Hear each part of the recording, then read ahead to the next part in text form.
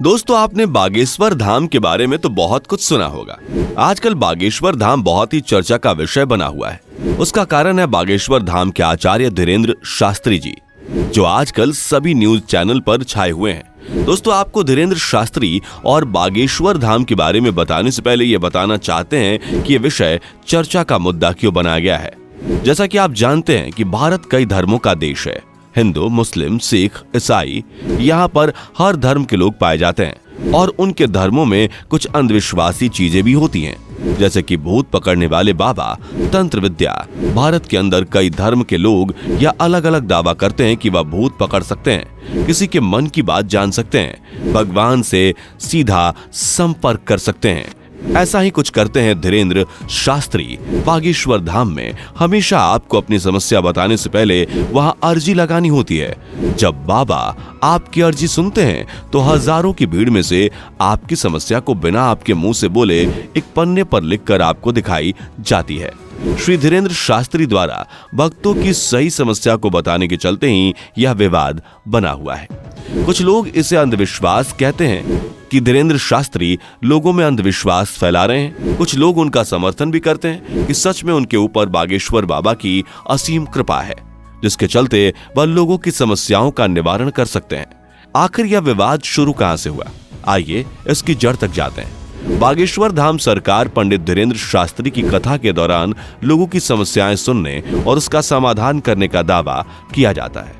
कहा जाता है कि भूत प्रेत से लेकर बीमारी तक का इलाज बाबा की कथा में होता है। बाबा के समर्थक दावा करते हैं कि बागेश्वर धाम सरकार इंसान को देखते हैं उसकी हर तरह की परेशानी को जान लेते हैं और उसका समाधान करते हैं। वहीं बागेश्वर धाम सरकार का कहना है कि वह लोगों की अर्जियां भगवान बालाजी तक पहुंचाने का जरिया मात्र हैं, जिन्हें भगवान सुनकर समाधान देते हैं। इन्हीं दावों को नागपुर की अंधश्रद्धा निर्मूलन समिति ने चुनौती दी। यहीं से विवाद की शुरुआत हुई। मध्य प्रदेश के बागेश्वर धाम सरकार पंडित धीरेन्द्र शास्त्री आजकल चर्चा में है। ये चर्चा नागपुर से शुरू हुई जब पंडित धीरेन्द्र शास्त्री पर अंधविश्वास फैलाने का आरोप लगा। अंधश्रद्धा निर्मूलन समिति ने कहा कि जब बागेश्वर धाम सरकार को चमत्कार साबित करने के लिए चुनौती दी गई तो कथा बीच में ही छोड़कर वहां से चले गए।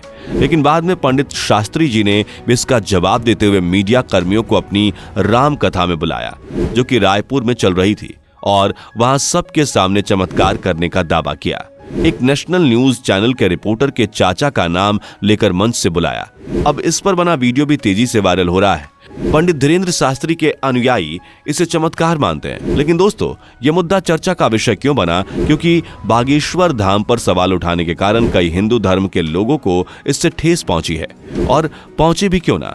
आखिर क्यों पंडित धीरेन्द्र शास्त्री को ही इसका निशाना बनाया गया? आप सोचिए, ईसाई मशीनरियां हेलो हलिया हेलो वालिया करके धर्मांतरण करवाती हैं, उन पर कोई सवाल नहीं उठाता। मुल्ले मौलाना जो है धर्मांतरण कराते हैं और पाखंड करते हैं, पर उन पर कोई प्रश्न नहीं उठाता। लेकिन पंडित धीरेन्द्र शास्त्री जी अगर लोगों का नशा छुड़वा रहे हैं, लोगों को भगवान राम का जाप करवा रहे हैं और सीता राम करवा रहे हैं, हर हर महादेव करवा रहे हैं, तो उस पर लोगों को आपत्ति हो गई, क्योंकि वो तिलक लगाए हैं, हिंदू सनातनी हैं। कहीं ना कहीं इसमें भेदभाव है। जो लोग आरोप लगाने वाले हैं वो कहीं ना कहीं मानते हैं कि हिंदू कुछ भी करे वो गलत है, सनातनी कुछ भी करे, तिलक लगाए तो गलत है। यह बेहद दुर्भाग्यपूर्ण है और इस तरह नहीं होना चाहिए, क्योंकि उनके द्वारा धार्मिक और सामाजिक कार्य किए जा रहे हैं। ये ठीक बात नहीं है बेवजह आरोप लगा देना। उनके पास लाखों लोग जाते हैं, किसी एक ने ना कोई शिकायत दर्ज कराई, ना FIR दर्ज कराई। किसी ने नहीं कहा कि मेरे पैसे लिए। पंडित धीरेन्द्र शास्त्री के लिए किसी ने नहीं कहा मेरे साथ छिड़कानी की, किसी ने नहीं कहा कि जमीन कब्जा ली, धर्म के नाम पर गोरख धंधा किया। बेवजह आरोप लगाने हैं क्योंकि सनातन धर्म का उत्थान हो रहा है। पंडित धीरेन्द्र शास्त्री पर सवाल उठाकर लोगों की मान्यता को ठेस पहुंचाई गई, इसलिए यह विषय इतना गर्म हुआ। लेकिन आखिर क्यों हिंदू धर्म पर ही बार बार सवाल क्यों उठता है, जबकि पंडित धीरेन्द्र शास्त्री कुछ भी गलत नहीं कर रहे हैं? कई चैनलों पर दिखाया गया कि एक मैजिशियन है, वो भी इस तरह से रीड कर लेती हैं, पढ़ लेती हैं, लेकिन वो बता रही थी कि ये ट्रिक होती है। उसमें क्या सच्चाई है मैं उस पर नहीं जा रहा हूँ। और वो क्या करती हैं? धीरेन्द्र शास्त्री अगर ये कहते हैं कि मेरे सामने जो कोई आता है मैं देख कर समझ जाता हूँ कि उसे क्या दुख है, जहां तक इसकी बात की जाए तो संभव बहुत कुछ है। इस पर सफाई तो शास्त्री जी ही देंगे। वही बताएंगे कि वो ये कैसे करते हैं, क्योंकि वो ट्रिक भी हो सकती है, नई भी हो सकती है और कोई समाधान भी हो सकती है। लेकिन मूल विषय ये है कि वो कुछ गलत नहीं कर रहे हैं। अगर वो ट्रिक भी है तो उसके माध्यम से उन्होंने किसी के साथ छल धोखाधड़ी तो नहीं की है, ऐसी कोई शिकायत तो नहीं है, उसको बेवजह क्यों तुल दिया जाए।